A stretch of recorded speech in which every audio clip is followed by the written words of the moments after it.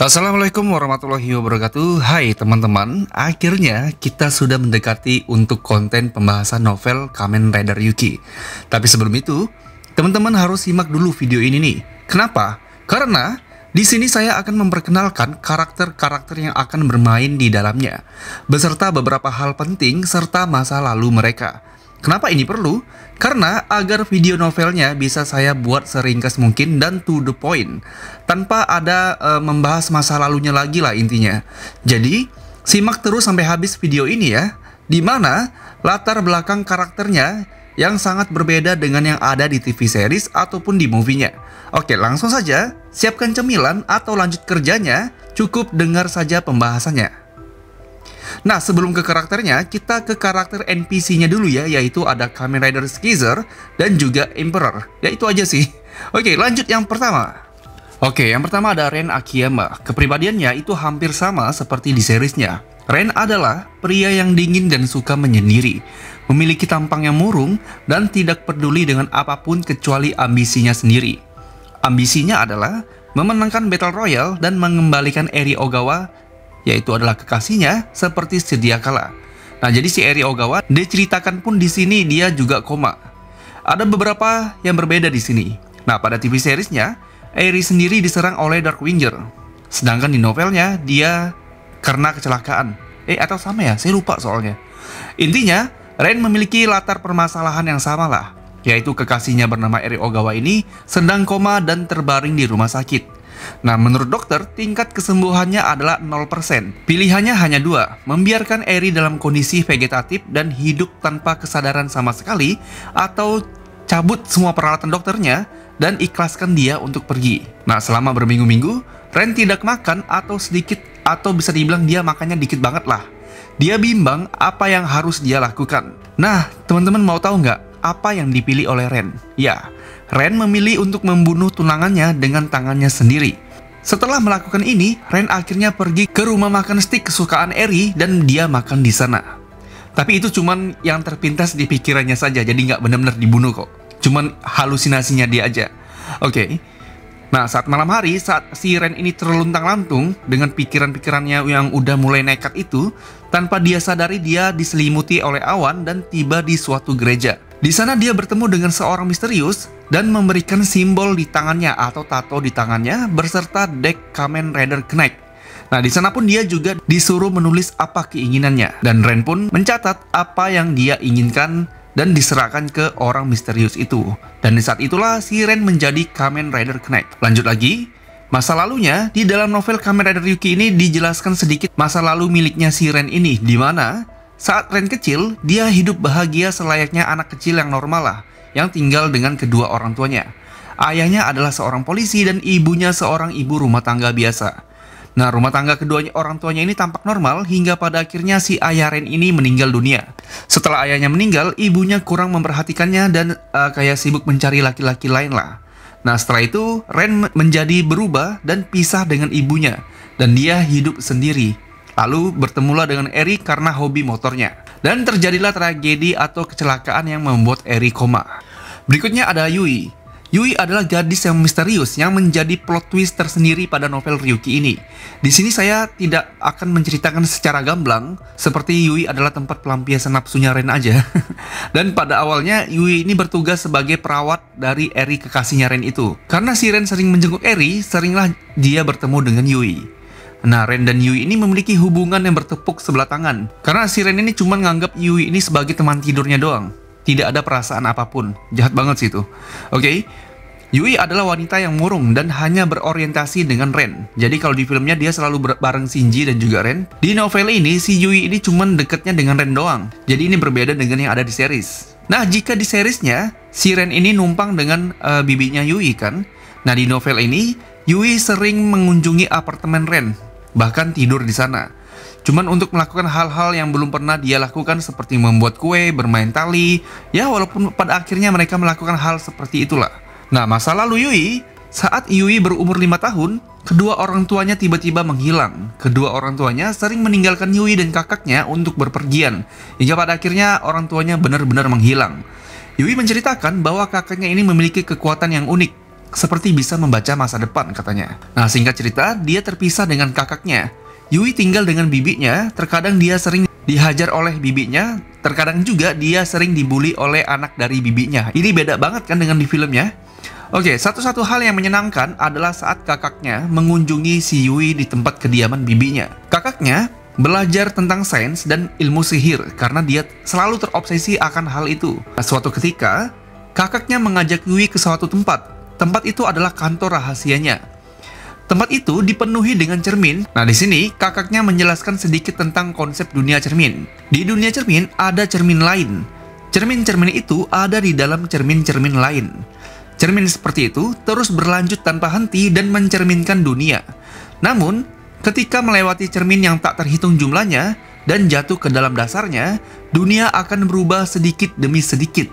Nah, para alkemis yang ada di masa lalu mengetahui rahasia itu dan mampu melakukan perjalanan melalui dunia cermin. Saya akan membagikan rahasia ini dan menunjukkannya kepada Anda, ujar si kakaknya Yui ini. Nah, beberapa waktu kemudian kakaknya meninggal karena kecelakaan pesawat. Dan setelah itu Yui sangat terobsesi dengan kaca dan memanggil terus nama kakaknya di depan kaca hingga dia bisa masuk ke dalam dunia kaca. Ini yang agak menjadi plot twist dan misteriusnya ada di bagian ini sebenarnya. Oke, kita lanjut. Berikutnya kita masuk ke main karakternya, yaitu ada Shinji Kido atau Kido Shinji. Ini kebalik ya, biasanya karakter utama diucapkan di awal kan, ini di urutan ketiga malahan. Oke, jadi Shinji ini tidak sah jika dia tidak diceritakan dengan karakter yang sangat naif dan amat naif. Dia adalah satu-satunya karakter yang tidak menginginkan adanya pertempuran antara Kamen Rider. Padahal nggak seperti itu konsep dari Battle Royale di dunia cermin kan? Sama seperti di seriesnya, Shinji di novel ini berusaha membujuk semua pemain untuk tidak saling bertarung satu sama lain. Nah, sesuatu yang berbeda adalah Shinji, dia bekerja serabutan, bukan bekerja sebagai karyawan dari Ore Journal. Terkadang, Shinji menjadi pria panggilan. Maksudnya panggilan adalah untuk melakukan bersih-bersih rumah, atau menjadi penjaga anjing, atau mengajak anjingnya tadi untuk berjalan-jalan di taman. Serta pun dia juga membersihkan taman dari rumah-rumah lah. Pokoknya dia kerjanya serabutan banget. Nah, karena Shinji adalah orang yang suka bersih-bersih, nah pekerjaannya inilah yang mengantarkan dia ke takdirnya untuk menjadi Kamen Rider Yuki. Jadi ceritanya, Shinji mendapatkan pekerjaan ke salah satu rumah seseorang.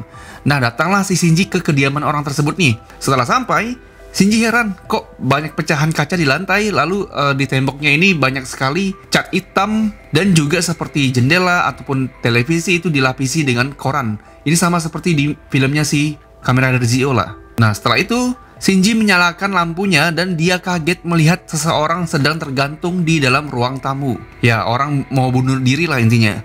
Langsunglah si Shinji ini menyelamatkan orang tersebut nih.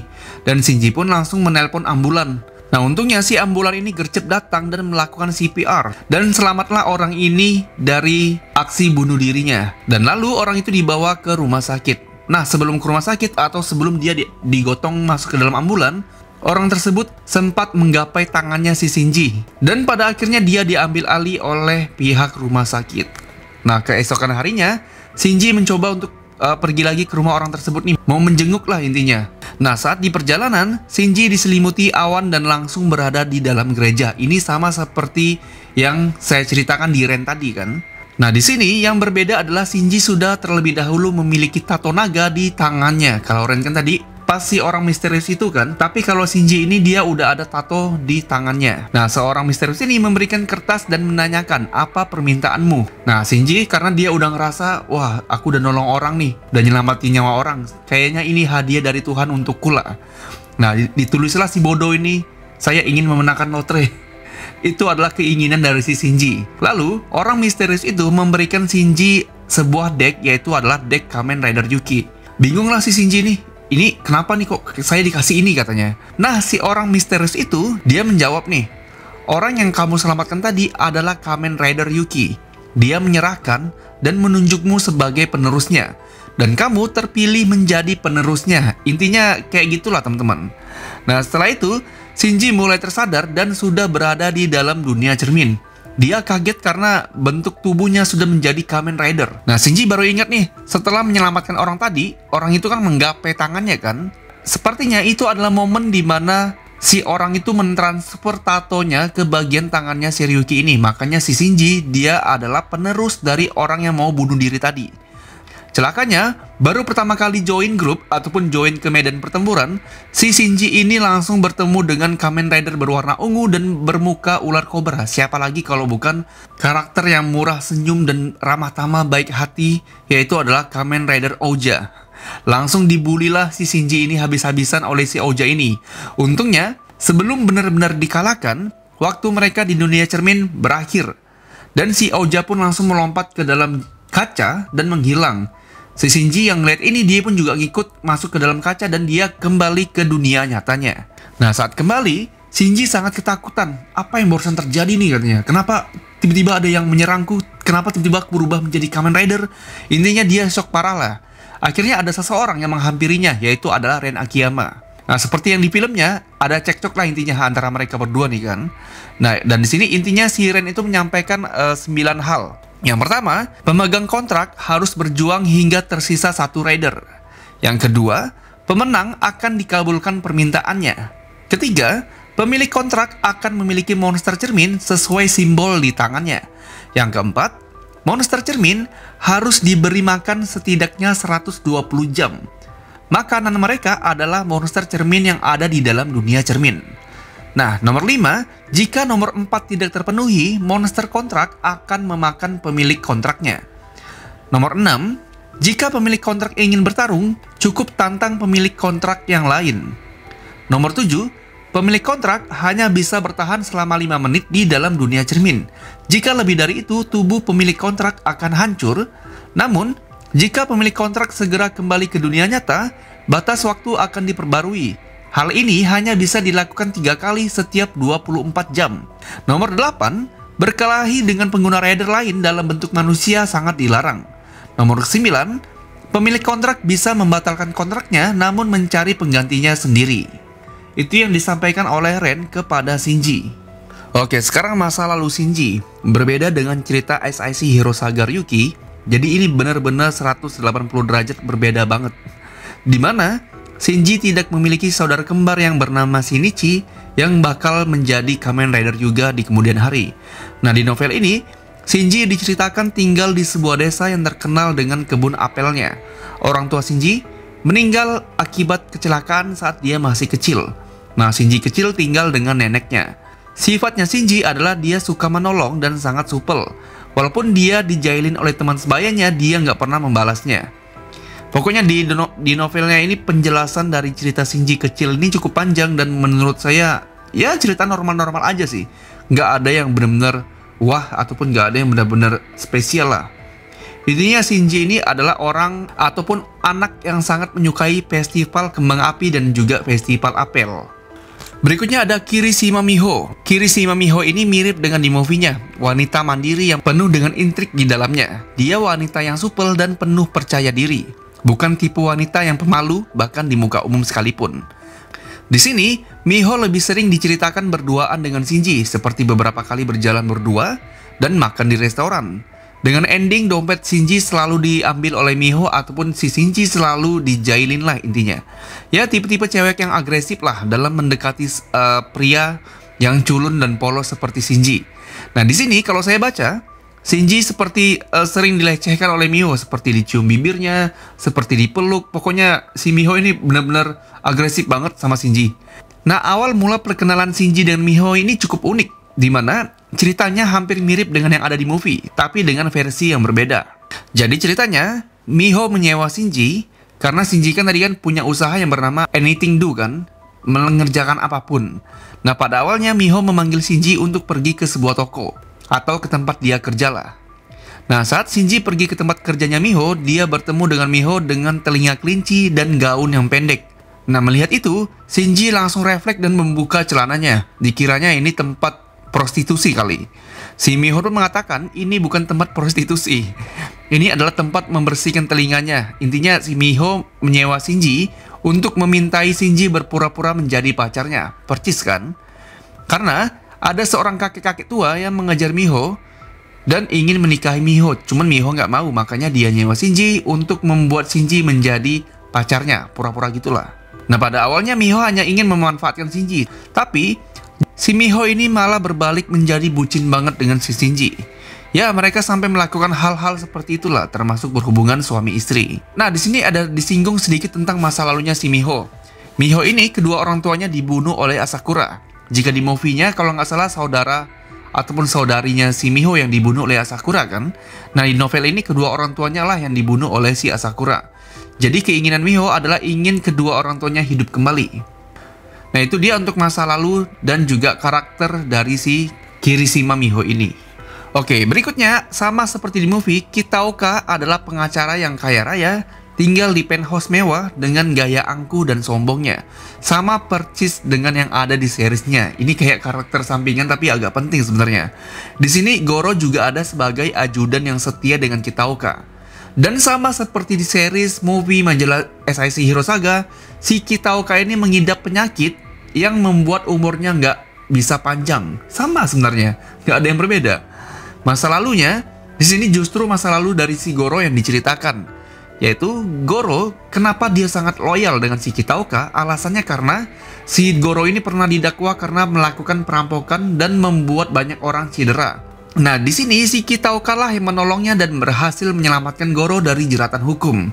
Karena hal ini, Goro memutuskan untuk mengabdikan dirinya kepada si Kitaoka inilah intinya.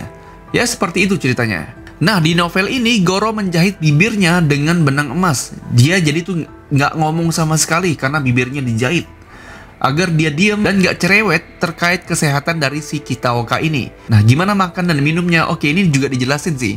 Jadi untuk makan dan minumnya, dia bisa melalui sela-sela dari jahitan tersebut. Aneh kan? Nah, yang terakhir ada Asakura. Teman-teman bisa langsung ke video yang ini ya, karena Asakura saya pisahkan videonya. Dan pembahasan Asakura cukup seru dan benar-benar lebih asik daripada 4 karakter yang tadi saya sebutin di atas. Makanya saya pisahin dari video utama ini. Teman-teman kalau pengen tahu tentang masa lalu Asakura versi novel ini, cek dan tonton langsung video yang ini ya. Oke, itu dia pembahasan kita tentang karakter yang akan bermain di novel Kamen Rider Yuki. Sebenarnya kurang Ryuga aja sih. Kalau ada Ryuga kan sama persis dengan yang ada di movie-nya kan. Tidak akan saya ceritakan tentang masa lalu karakternya,